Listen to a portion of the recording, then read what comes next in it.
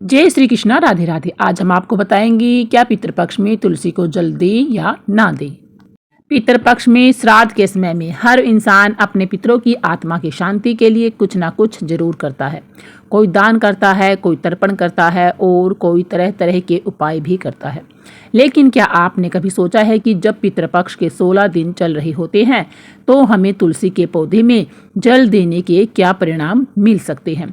यह हमारे लिए सकारात्मक हो सकता है या फिर नकारात्मक, क्योंकि हर भारतीय घर में तुलसी का पौधा तो अवश्य होता ही होता है और हर रोज भारतीय नारी तुलसी के पौधे में जल भी देती है। शाम के समय में दीपक भी जलाती है। लेकिन पितृपक्ष के 16 दिन जो पूरी तरह से पितरों को समर्पित होते हैं, उस दौरान हमें तुलसी के पौधे में जल देना है या नहीं देना है, किन बातों का विशेष रूप से ध्यान रखना है, आज हम इस वीडियो में आपको पूरी जानकारी देंगे। केवल एक सामान्य धार्मिक काम नहीं है, बल्कि यह आपके जीवन में सकारात्मक और नकारात्मक में यानी कि अच्छा और बुरा दोनों तरह का प्रभाव डाल सकता है।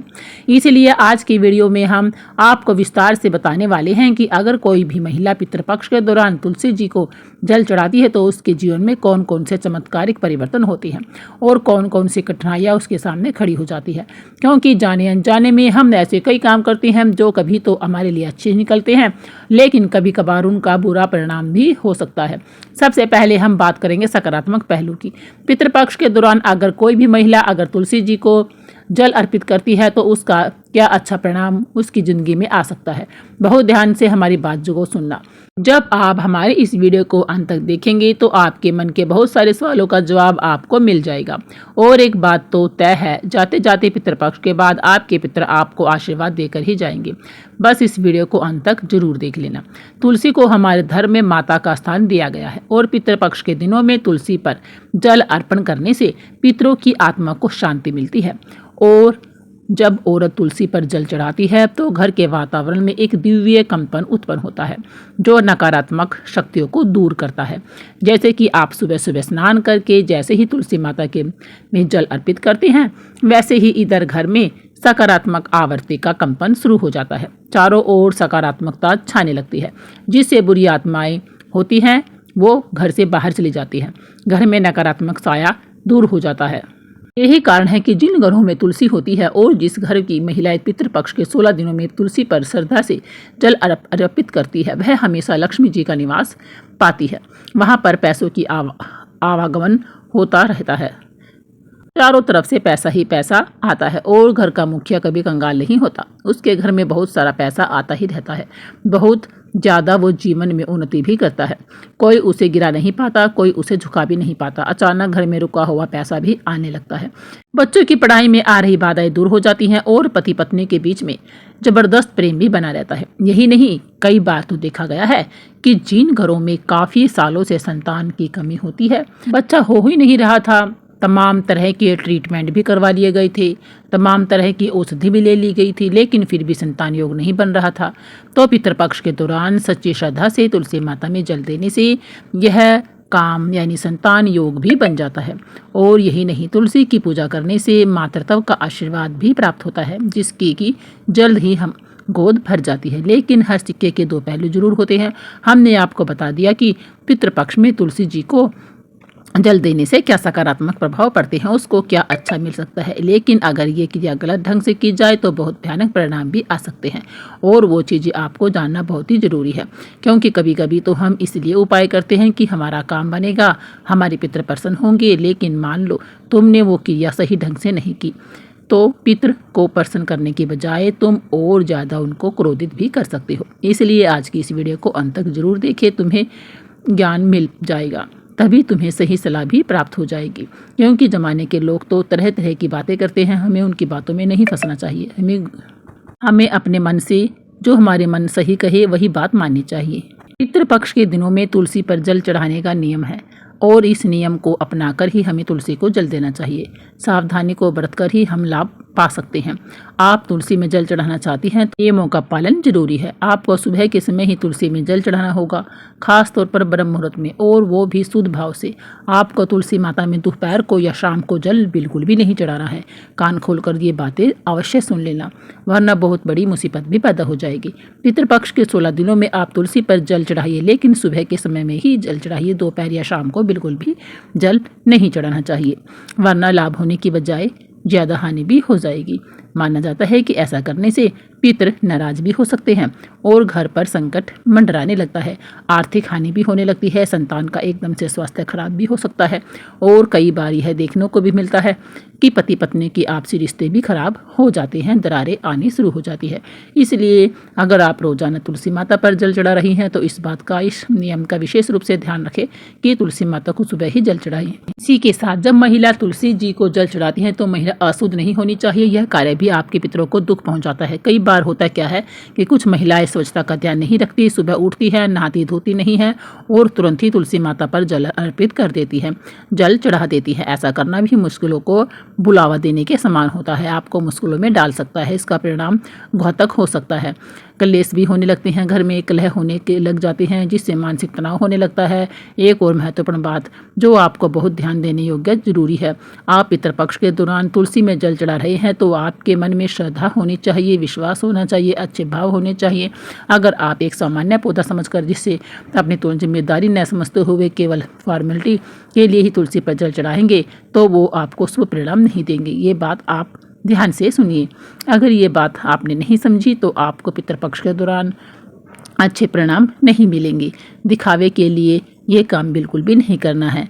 अपने सच्चे हृदय से, विश्वास से, धैर्य से, संतोष के साथ ही तुलसी माता को जल अर्पित करें। पितृपक्ष का महत्व केवल कर्म कांड से नहीं होता बल्कि भावनाओं से जुड़ा होता है। इसलिए अगर तुलसी पर जल चढ़ाते समय मन में अच्छी भावना है, करुणा है, प्रेम है, सच्ची श्रद्धा है तो आपके पितर आपसे जरूर खुश होंगे और उनकी कृपा भी आपको जरूर मिलेगी। आपके परिवार में स्वस्थ है माहौल रहेगा, समृद्धि होगी, सुख शांति रहेगी, सब कुछ सुखमय होगा। कई कथाओं में तो यही भी आता है कि एक औरत जिसने पितृपक्ष में पूरे नियम से तुलसी पर जल चढ़ाया था, उसकी पीढ़ियों का उद्धार हुआ और अचानक से उसके घर में ऐसा वैभव आ गया कि उसकी सभी मुश्किलें दूर हो गई, उसका मान सम्मान देश विदेश में भी होने लगा।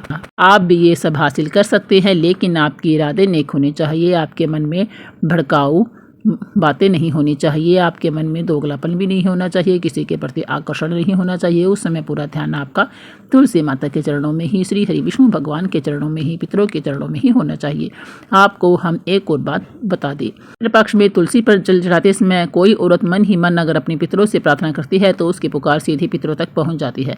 जब भी कोई महिला तुलसी के पौधे में सुबह सुबह जल चढ़ाती है तो अपनी जो भी कामना है अपने मन में दोहराए, आपकी वो कामना आपके पितर तक जरूर पहुंचेगी और वो जल्द ही उसको पूरा कर देंगे। पितरों का आशीर्वाद आपके जीवन को बदल देगा। लेकिन अगर कोई औरत जल चढ़ाने के बाद तुरंत गंदे से गंदे शब्द बोलती है, किसी की बुराई करती है, दूसरों को अपमानित कर देती है, घर में क्लेश मचाती है, तो यह भी तुलसी का अपमान ही होता है। क्योंकि आप एक समय पर तो धार्मिक कार्य कर रहे हैं और उसके तुरंत बाद ही आप अपने मुख से अब सब कह रही हैं, दूसरों का अपमान कर रही हैं, निंदा कर रही हैं, बेईमानी कर रही हैं, तो ऐसा अपमान से आपके पितर भी नाराज हो सकते हैं। ये बात ध्यान रख लेना। तुलसी माता सिर्फ एक पौधा नहीं है बल्कि देवी माता लक्ष्मी का, भगवान श्री हरि विष्णु जी का प्रतीक है। इसलिए पितृपक्ष में औरतों को तुलसी पर जल चढ़ाते समय विशेष सावधानी रखनी जरूरी चाहिए। पितृपक्ष के दौरान एक और विशेष बात हम आपको बताने जा रहे हैं। अगर आपको गलती से शाम के समय या फिर दीपक जलाते समय तुलसी के ऊपर जल अर्पण हो गया हो तो समझ लेना कुछ मुसीबत जीवन में आ सकती है। इसलिए तुम्हें बहुत सावधानी से काम लेना होगा। इस विषय की गहराई को समझना बहुत जरूरी है, क्योंकि यह केवल एक धार्मिक रिवाज नहीं है बल्कि जीवन की दिशा तय करने वाला महत्वपूर्ण फैसला होता है। क्योंकि आज के दौर में विज्ञान भी मानता है कि तुलसी के पास ऊर्जा होती है और यह ऊर्जा जल के माध्यम से सक्रिय होती है। जब कोई औरत पितृपक्ष में तुलसी पर जल चढ़ाती है तो वो अपने घर के वातावरण को ऊर्जावान भी बनाती है, सकारात्मक कंपन से भर देती है। लेकिन यही अगर वह जल बिना किसी नियम के चढ़ाया जाए, अपवित्र हाथों से चढ़ाया जाए तो डाला हुआ यह जल ऊर्जा के असर को उल्टा कर देता है। यह हम आपको वैज्ञानिक कारण बता रहे हैं और यह वैज्ञानिक कारण उन लोगों के लिए है जो इस बात को गहराई से समझना चाहते हैं। अब जरा आप खुद विचार करके सोचिए, यह विषय कितना गहरा है कि आप कितनी बारीकी से हमारे ऋषि मुनियों ने हर नियम को बनाया है। पितृपक्ष में तुलसी की पूजा करना बहुत सकारात्मक परिणाम देता है, धन आगमन का सूचक भी होता है, परिवार में शांति, रोगों से मुक्ति, पितरों की आत्मा को शांति, संतान की उन्नति और वही कई प्रकार के नकारात्मक परिणाम जैसे कि घर में क्लेश हो रहा है, आर्थिक संकट, रिश्तों में दरार, संतान को कष्ट हो रहा है, ये सारी मुश्किलें दूर हो जाती हैं।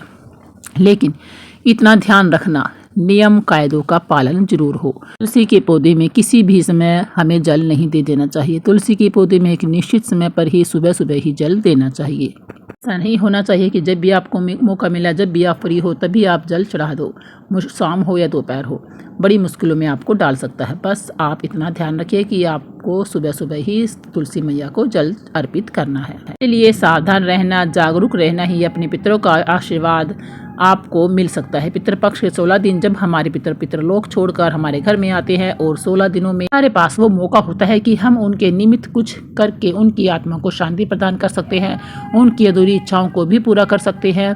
और जब वो आपके घर आते हैं तो आपसे अभिलाषा रखते हैं कि आप उनके लिए कुछ अच्छा करेंगे, आप उनके निमित्त कुछ दान करेंगे, आप उनके निमित्त तुलसी में जल चढ़ाएंगे, आप उनके निमित्त ब्राह्मण भोज कराएंगे। लेकिन जब आप ये सब काम दिल से नहीं करते या फिर करना भूल जाते हैं तो उन्हें बहुत ही अधिक बुरा भी लगता है।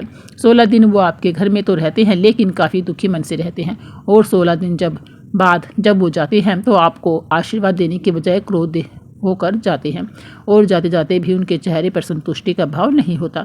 इसलिए आपको एक बात विशेष रूप से ध्यान में रखनी है कि पितृपक्ष के 16 दिनों में आपको अपने पितरों को नाराज बिल्कुल भी नहीं करना है, आपको उनके निमित्त सब कुछ करना है। तुलसी में जल भी देना है तो सही समय पर सुबह सुबह ही जल दे, इससे लाभ ही लाभ होगा। ब्राह्मणों को भोजन भी करवाए, गौ माता को चारा भी खिलाए, दान दक्षिणा भी दे, गरीबों की मदद भी करे, क्योंकि साल में 365 दिन होते हैं और हम जितना दान पुण्य करते हैं वो हमारे हिस्से में आता है। लेकिन साल के यह जो 16 दिन होते हैं जिन्हें हम पितृपक्ष के दिन कहते हैं, श्राद्ध के दिन कहते हैं, यह बहुत खास होते हैं। इसमें जो भी हम दान करते हैं वो हमारे पितरों को ही मिलता है, उन्हें तृप्ति मिलती है, शांति मिलती है। तो जरा सोचिए कि कोई आपके माता पिता है वो खुश होंगे तो आपको कितना अच्छा लगेगा। उसी प्रकार से आपके पितृ आपके माता पिता ही होते हैं जो आपके पूर्वज हैं। आप अपने दादाजी को दादी को जानते हैं पर दादाजी को नहीं जानते।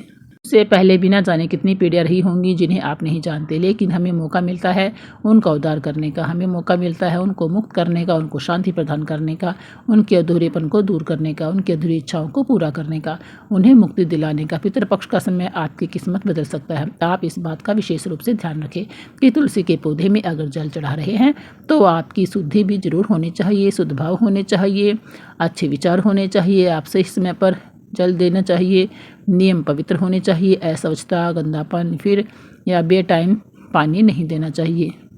तुलसी में जल चढ़ाते समय तुलसी में जल चढ़ाने के नियमों का पालन जरूर करिए। जो आपने सोचा था वो आपको मिल जाएगा, हर हाल में आपका परिवार सुखी हो जाएगा, दोस्त से भी आपको मुक्ति मिल जाएगी, जो काम आधे अधूरे अटके हुए हैं वो भी बनने लगेंगे और फिर आपको कहीं भी हाथ फैलाने की जरूरत नहीं होगी।